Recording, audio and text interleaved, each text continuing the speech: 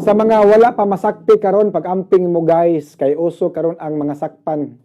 Stay strong lang mong tulo. Sa gunson naman ni. Katong nasakpan na hala pag seminar ka mo balik.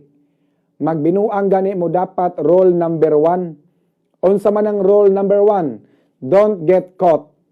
Ayog pasakop. O masakpan gani ka, ayog angkon. Usba na ninyo inyong rason nga team building kay nasunog na nga rason. Gamit mo og lain nga rason. Cancel ang tanan nga team building o baka high school reunion until further notice.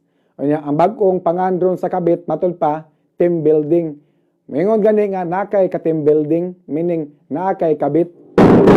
Mao na uso nga call sign kuno sa kabit team building kuno mga kabombo. Kanya, amping gid mo guys. Ayaw gid mo pasakop. Kay katong last bitaw nasakpan ko, na single pod biya ko ato.